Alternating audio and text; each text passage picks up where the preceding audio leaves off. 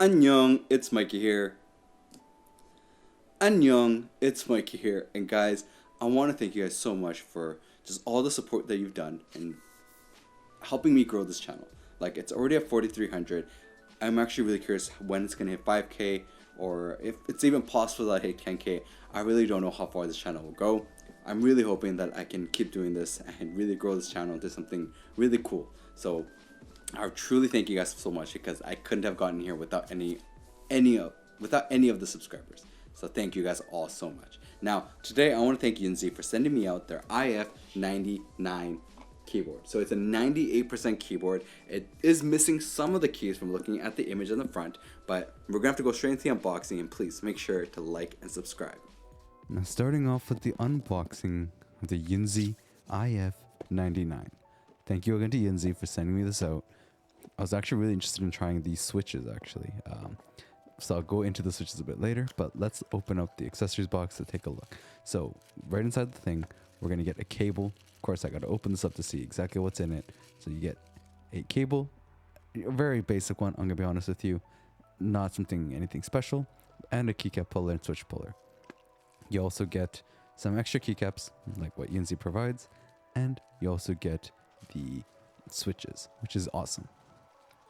Now, of course, we're gonna have to go in and open up the rest of the box to see what's inside for the board. Now, of course, they provide you like all these manuals, which is great, shortcuts that you should know about as well. And now let's see the actual board itself. Now, as you can see, getting it out of the plastic was a little bit tough for me, but all good. And I can see there that the USB dongle is actually inside the board, and you get this little magnet. This magnet is actually where you're going to place above the USB dongle. So you have a little spot there to hide your USB, and it is a nice creative way to do so, which is nice. Now I do notice on the back there's the switches on the back. I don't know how I feel about that, honestly, and I do like that little weight that they've added on the bottom as well. That really does give this board a little bit more of a hefty feel to it, which is great. And of course, we're gonna weigh the board to see how much it weighs before we go into an actual sound test. So putting the board on the scale, we're looking at about 1.1 kilograms. So let's go straight into the sound test.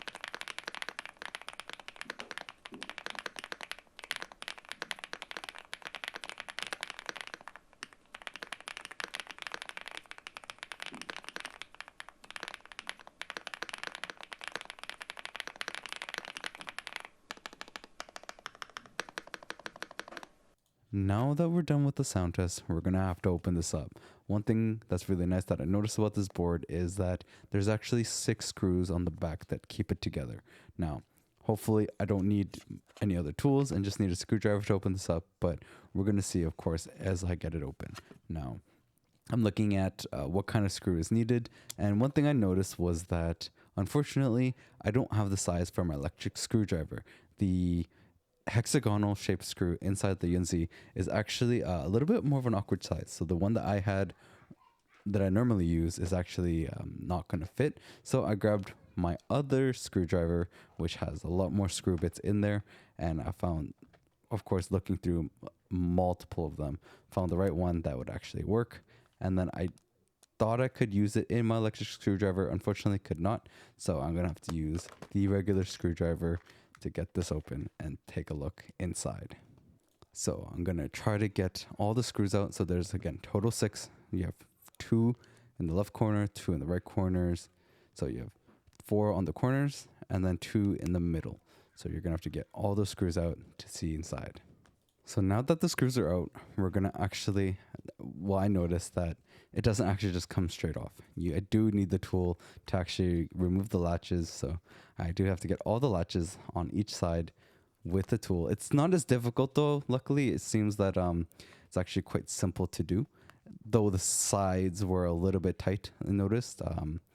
That's something that is a little bit more difficult. So just be careful while you are working on it, because you don't want to break anything. I've had many times where opening up a plastic board, I would end up breaking something, and unfortunately that's really not great, right? Like you don't want to break anything while you're working on a teardown or while you want to open up your board to maybe do some modifications. I've definitely broken things many times, but as you can see there, one of the sides is actually much more difficult to open than the others. I actually had to put a little bit more force to get it fully open. Now that we have it off, we're going to take a look to see. It is a gasket mount, right? So one thing nice to see is the back part of it. It is a bit thin. It's a thin plastic. I'm going to be honest with you. I feel like this plastic material isn't the best quality plastic from what I've tried so far in other boards. So just keep that in mind. It is a bit on the thinner side as well. Now, we're going to get the cable out, and I'm going to give you just a little bit of a close-up to see. You see that it is gasket mounted, so it does have the socks on the bottom of like the plate. So that's just to give a little bit more dampening right towards the actual bottom case and like where it closes. And then you get a foam, like a really thin one, you know, those ones that is in most boards for the back of the PCB, and you also get silicone on the bottom. So you get total 8,000 milliamp hour batteries. I was actually kind of surprised that the batteries were in Korean instead of Chinese, which is interesting because it was made in China. Now, the silicone, I think, does fill up a lot of space, so you don't really have a ton of empty space in there, which is really nice to see actually. And then we're going to, of course, mod this board, and I'm thinking about 2 layers of tape.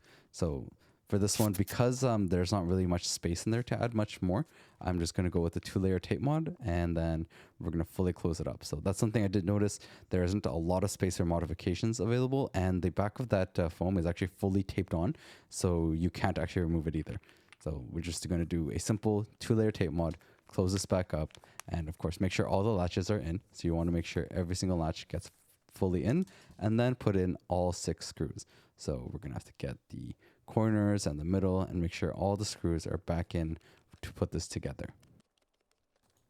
Now that I've actually got the last screw in, we're going to do a quick modification, of course, for the space bar.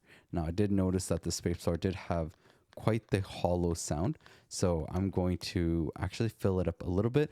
So one thing I did notice over time and with more boards and, you know, modifying more boards is that the space bar, most like sound dampening foam that I add, you don't want to add too much. So you want to add just like a small amount just to fill in some of the gap, or it will have a mushy sound. So just be careful of that. And of course, once we're done, we're going to go do a sound test.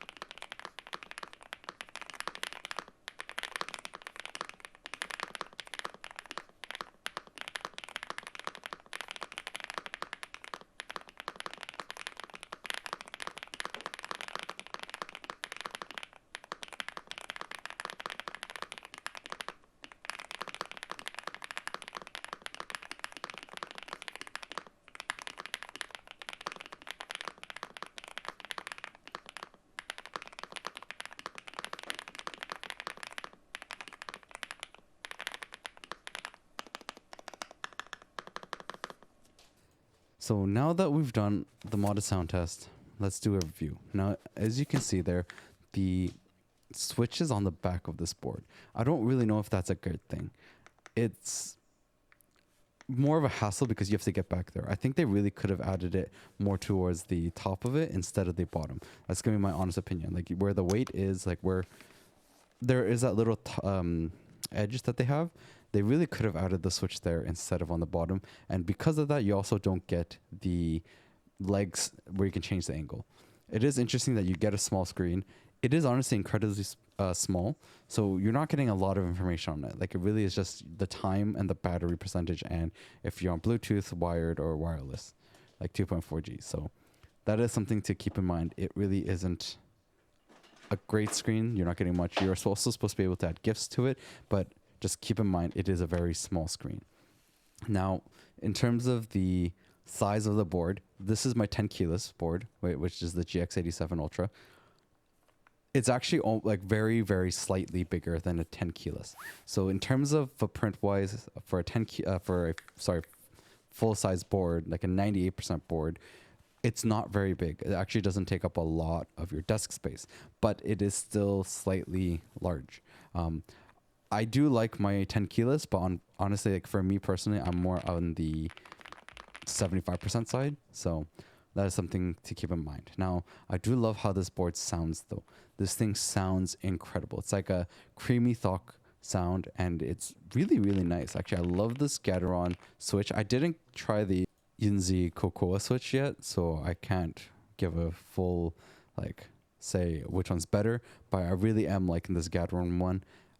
I used the Yunzii creamy switch before, and it was a little bit not my style of a switch. Though it sounded really amazing though. Like Yunzii switches do sound really great.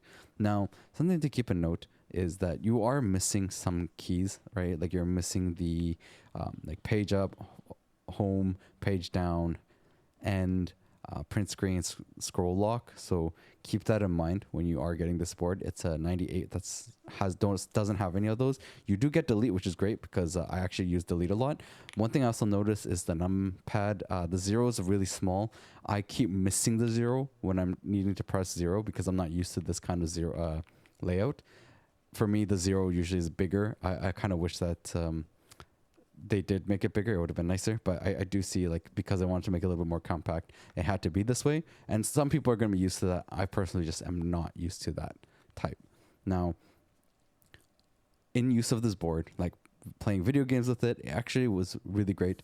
I had no issues with it. It does take up a lot of desk space, even though it's only slightly bigger than 10 keyless from how I felt. So just keep that in mind. In terms of the, like, using it in an office space, this thing is perfect. It doesn't get too loud. It sounds really great, and you're not going to bother anyone with it. So just keep these things in mind when you are looking at this board, right? Like, it is really nice to use in terms of the sound, and the typing feel is really great. Now, the stabilizers are plate mounted stabilizers, so I can't really see that it is lubed, but I didn't really hear a lot of tinging from the stabilizers, so that means it was well done, right? You're not getting a stabilizer that just really sounds bad. Actually, these ones really came nicely in terms of stock.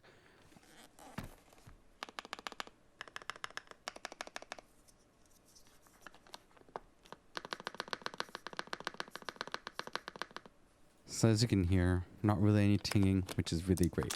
Now, this switch, guys, is the Gateron Zero linear switch.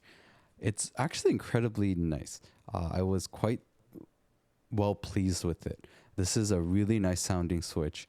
It was really great, actually. Like, I was quite surprised. Stock sounded really good. Like, without having to hand lube it, it sounded really good. Now, hand lubing the switch just made it feel smoother. In terms of the sound wise, I feel like the sound wasn't that incredibly different.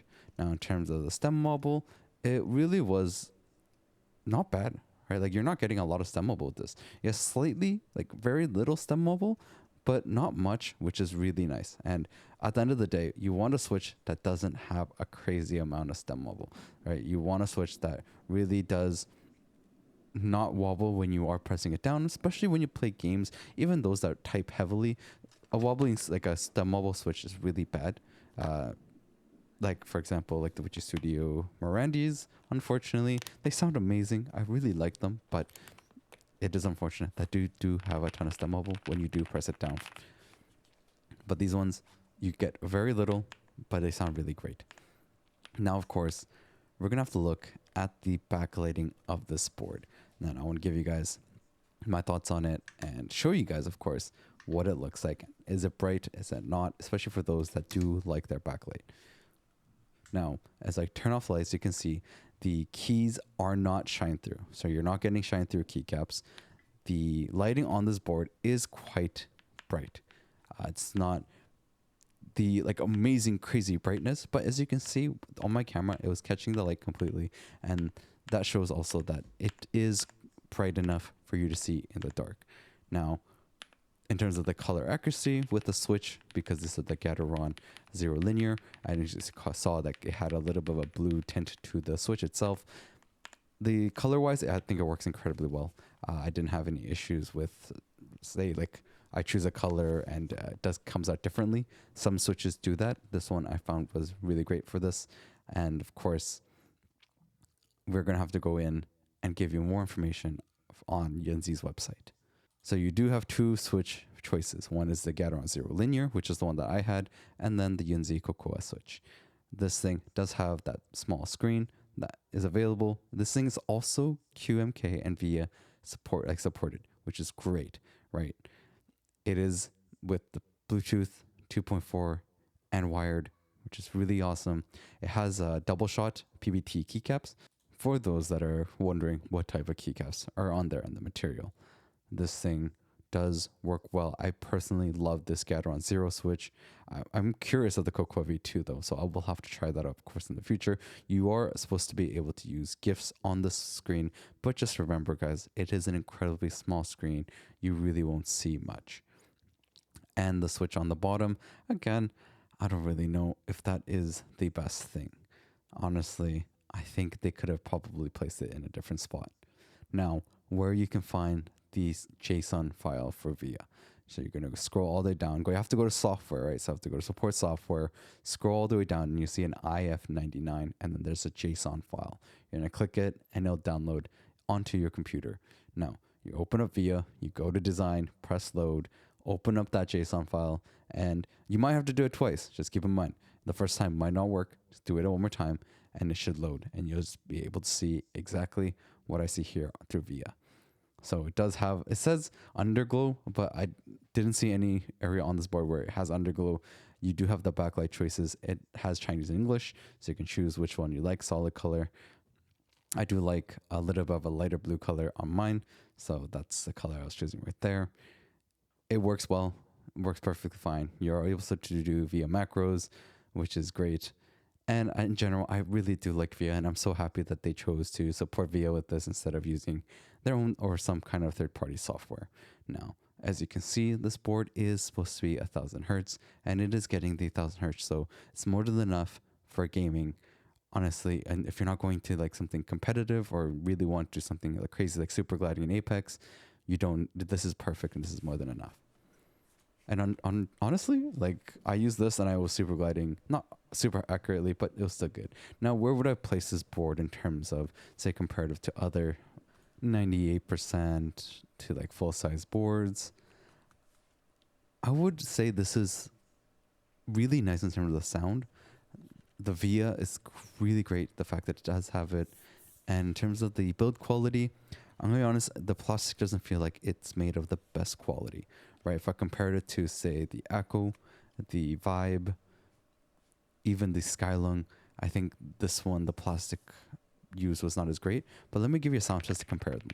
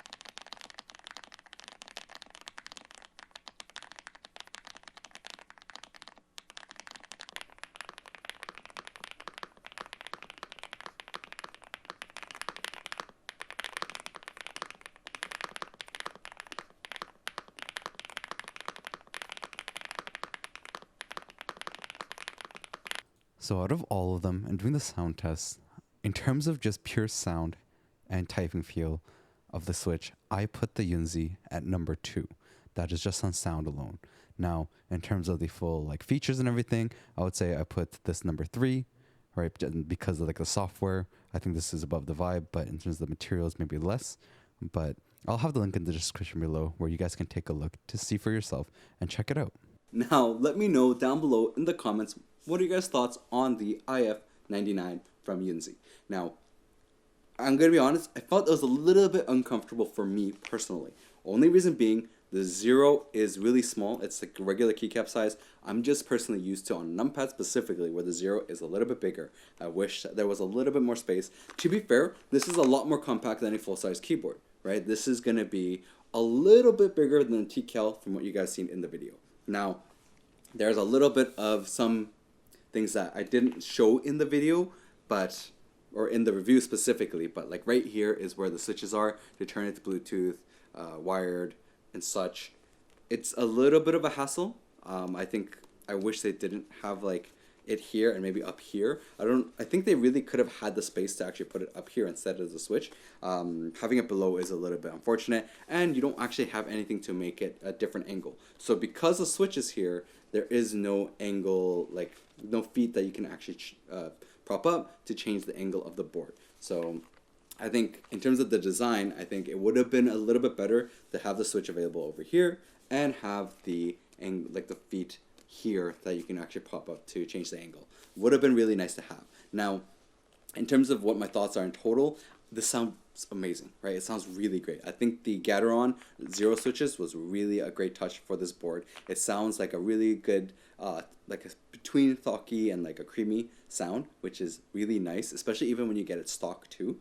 And looping it just made it even better. It's really one that you don't have to mod too much. I would actually put this at, I would say I'd put this above the Vibe 99, and the only reason is because this one has a QMK via support. Like, that is the biggest reason why. In terms of the layout, I actually prefer the Michelle's Vibe 99 way more, but in terms of the software support and such, I would actually put this above that.